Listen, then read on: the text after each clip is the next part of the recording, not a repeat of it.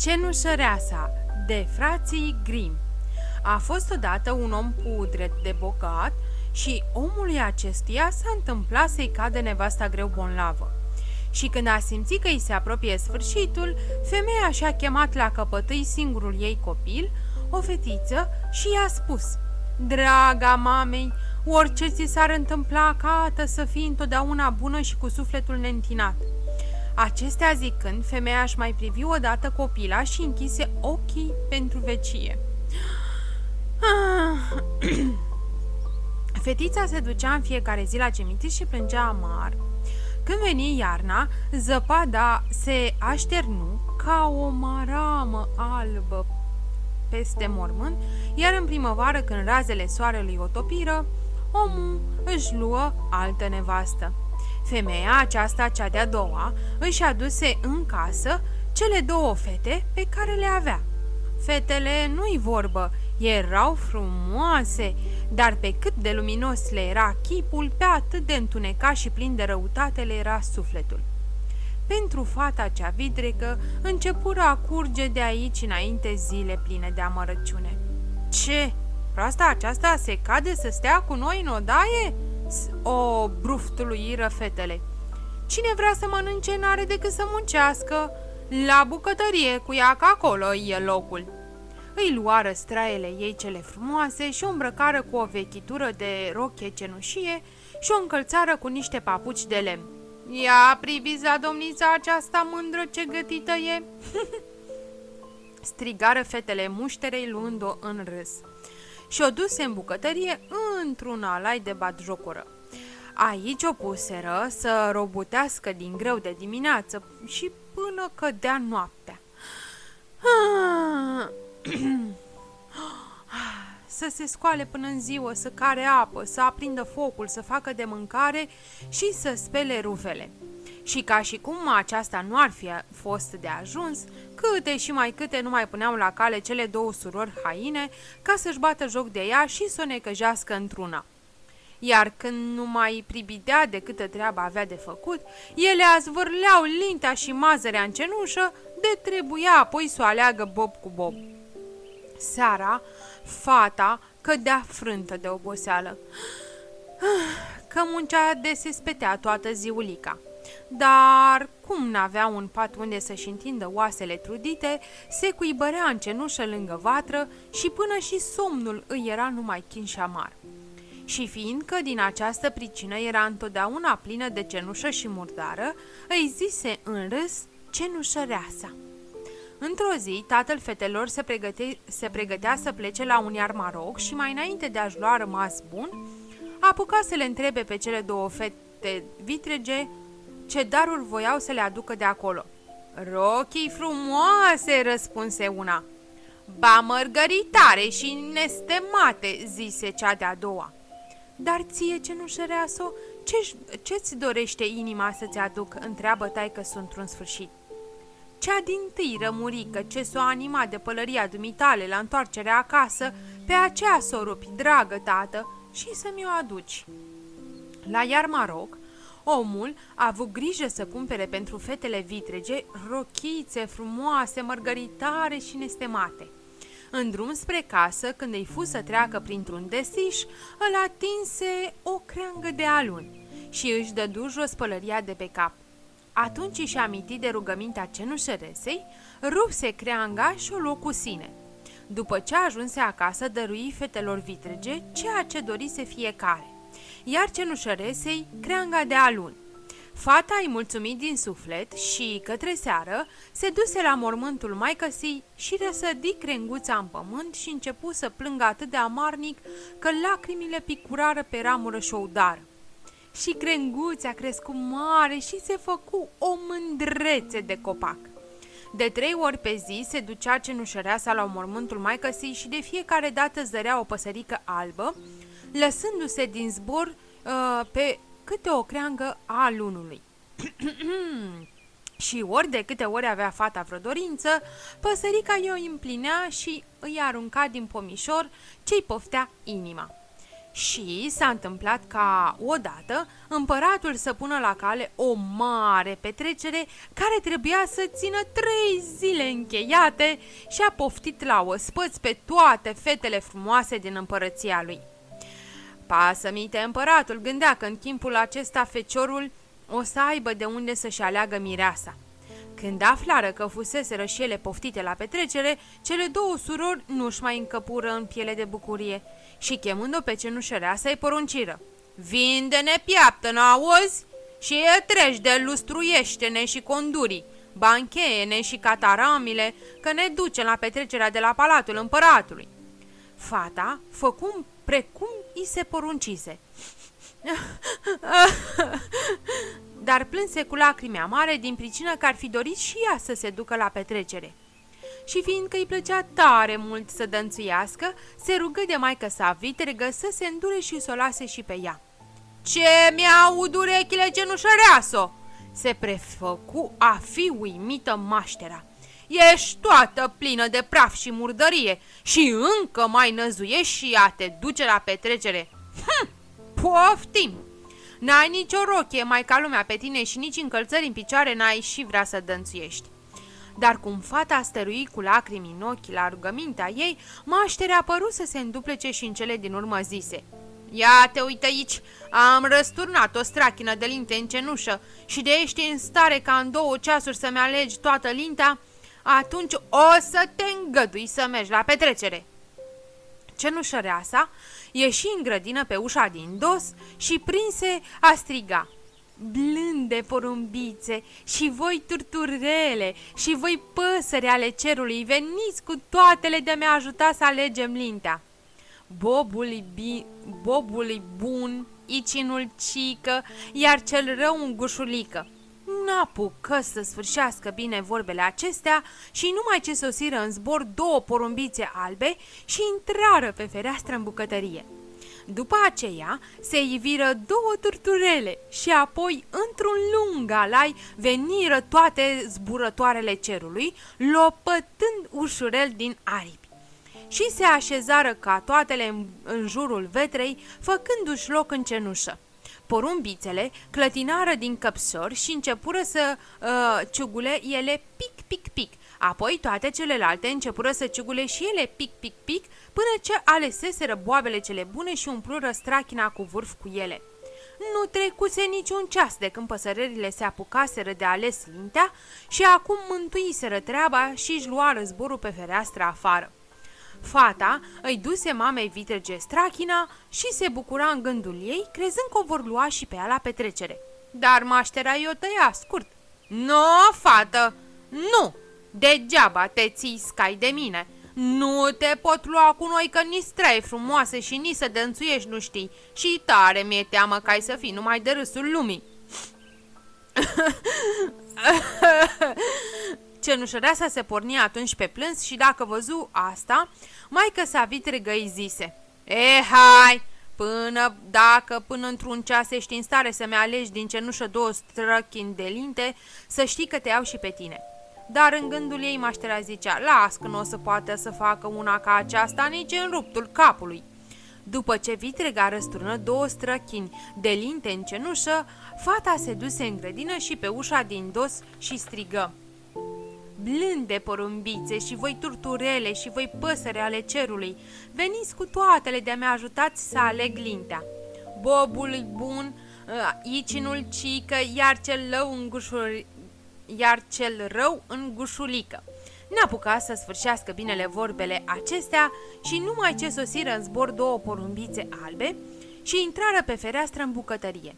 După aceea se iviră 2 turturele și apoi într-un alai veniră toate zburătoarele cerului, lopotând ușurel din aripi.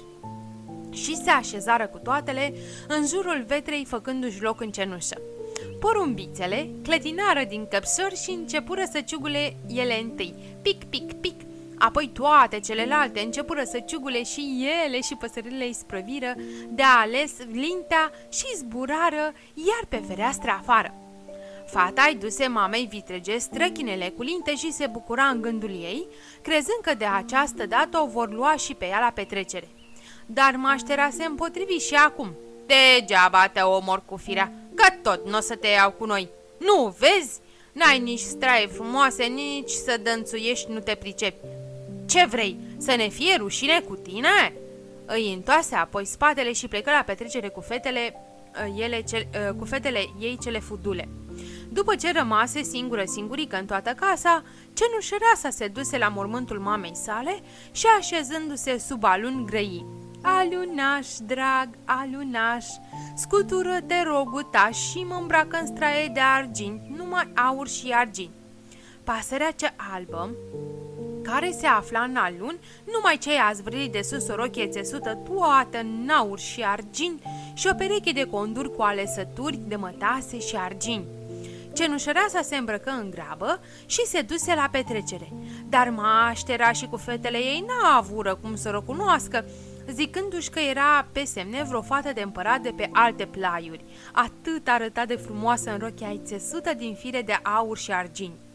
La cenușăreasa nu se gândiră nicio clipă, căci o credeau acasă lângă vatră, alegând lintea din cenușă. De cum o zări pe fată, feciorul împăratului îi ieși înainte. O prinse de braț și o pofti la joc.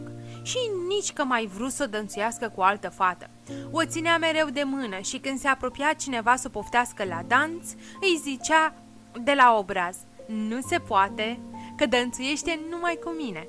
Dănțuiră împreună și pe la ceasul când se îngânau noaptea cu zorile, fata a vrut să se ducă acasă. "Merg și eu cu tine, că vreau să simt de urât cu tot dura drumul," îi zise feciorul împăratului. Dar, de drept, el dorea să afle cât mai degrabă a cui era mândrețea aceasta de fată.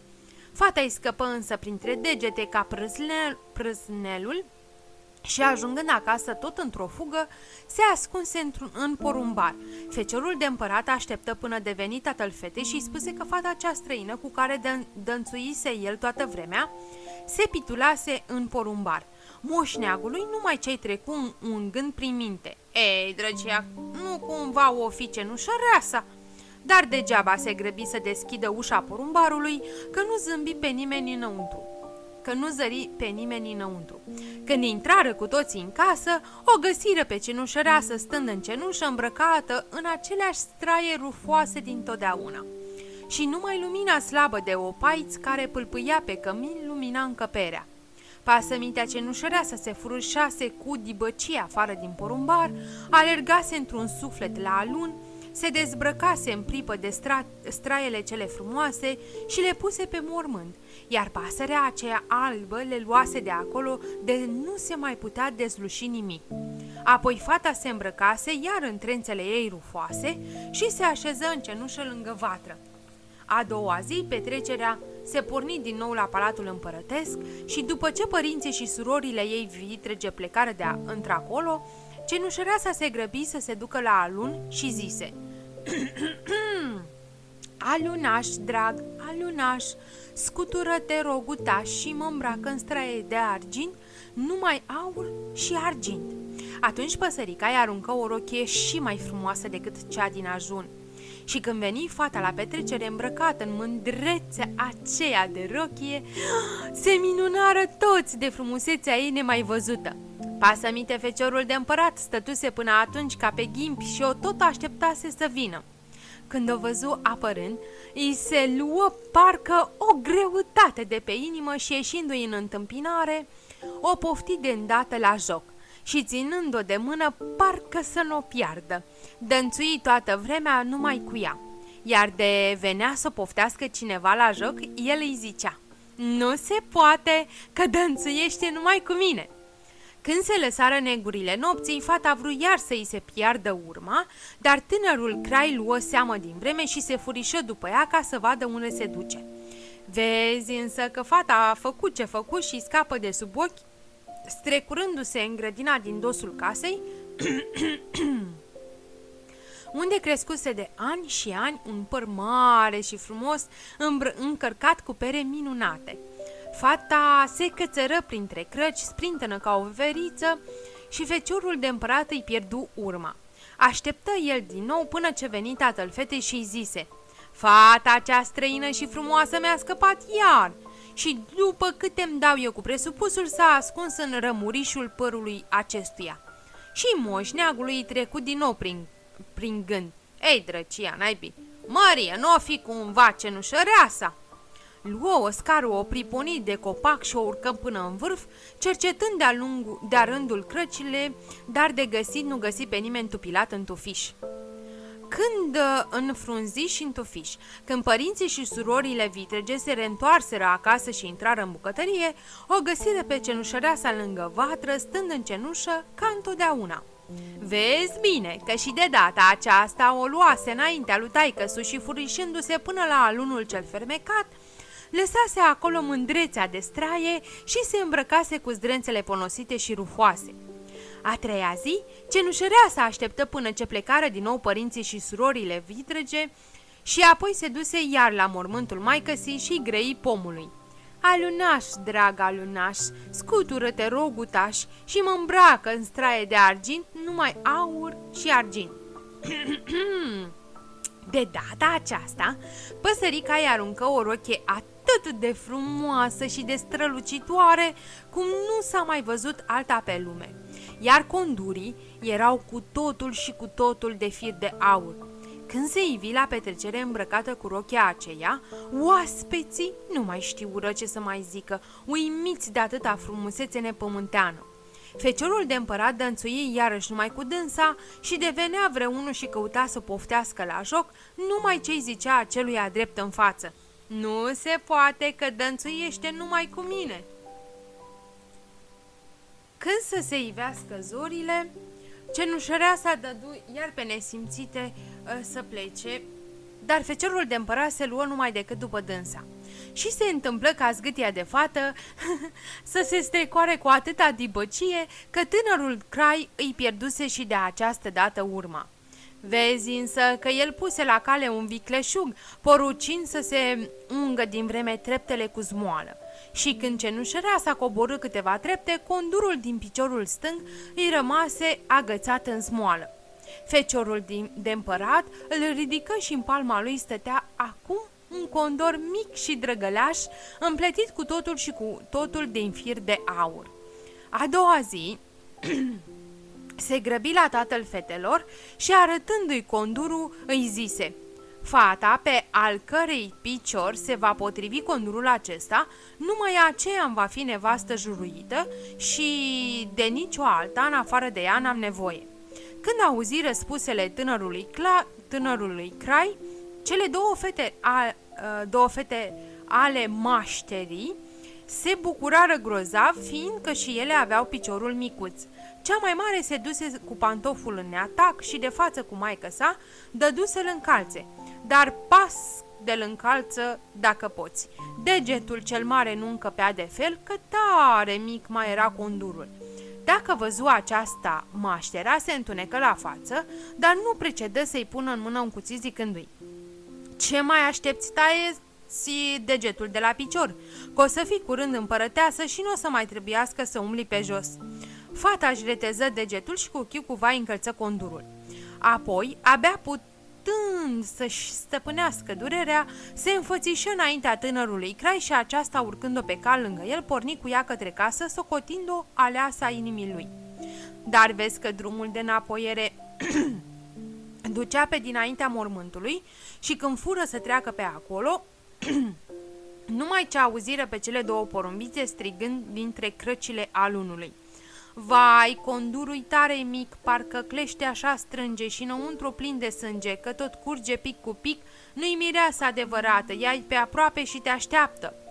Atunci feciorul de împărat cătă mai cu luare aminte la piciorul fetei și băgă de seamă că sângele curgea din el fără contenire.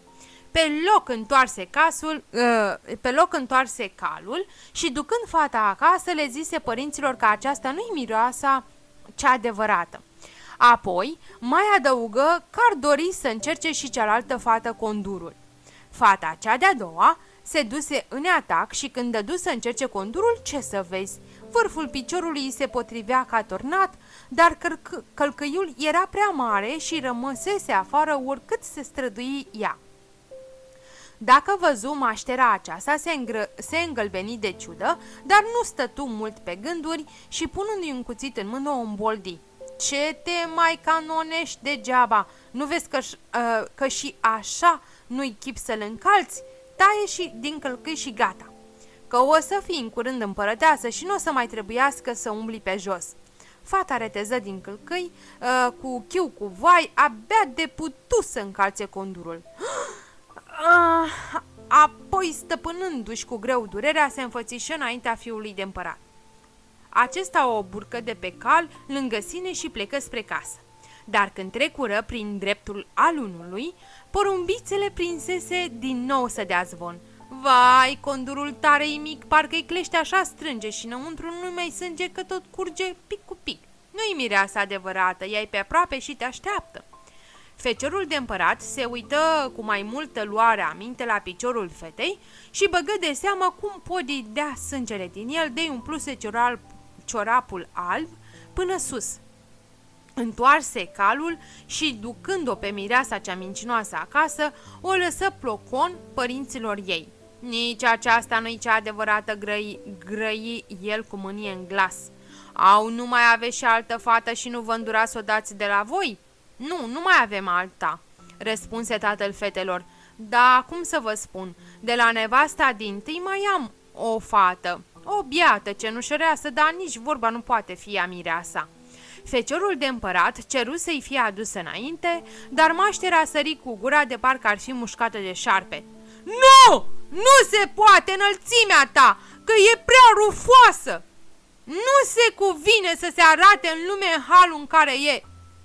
Dar tânărul Crai ținu morțiș să o vadă și stărui într-atât că până la urmă trebuiră să o cheme vrând nevrând. Vezi însă că fata avusese grijă să se spele din vreme pe mâini și pe obraz și când se înfățișă feciorului de împărat se înclină înaintei, iar el îi întinse pantoful de aur. Fata se așeză pe un scăunel, scoase din picior papucul de lemn ce trăgea câteva ocale și încălță condurul care-i veni ca turnat. Și când se ridică fata și tânărul Crai îi privi chipul, o recunoscu pe dată, că doar ea era domnița cu care dănțuise și care îl robise cu frumusețea fără pereche. Și nu-și putu stăpâni strigătul. Aceasta-i mireasa cea adevărată! Maștera și cele două fete ale ei încremenire de spaimă auzindu-l ce zice și ciuda le învenină într-atât că se trase la față și se făcură galbene ca șofranul. Dar feciorul de împărat nu le învrednici nici măcar cu o căutătură și, luând-o pe cinușăreasa pe cal lângă sine, porni cu ea către casă. În clipa când trecură prin dreptul alunului, cele două porumbițe albe ca n-au aprinseră a ciripi, dând zvoană bucuroase. Vezi? Condurul tare mic, dar de strâns de fel o strânge și înăuntru nu e sânge, că n-a curs măcar un pic. Ea-i mireasa adevărată, mult dorită și visată. După ce strigară vorbele acestea, își luară amândouă zborul și, rotindu-se, se așezară ușurel pe umerii fetei, una la dreapta și cealaltă la stânga, și au rămas așa pe umerii cenușăresei tot timpul cât s-a prăznuit nunta împărătească. Și am încălecat pe oșa și v-am spus povestea așa. Vă mulțumesc pentru atenție, iar dacă v-a plăcut, dați vă rog un subscribe și ne auzim curând cu și mai multe poezii și povești minunate.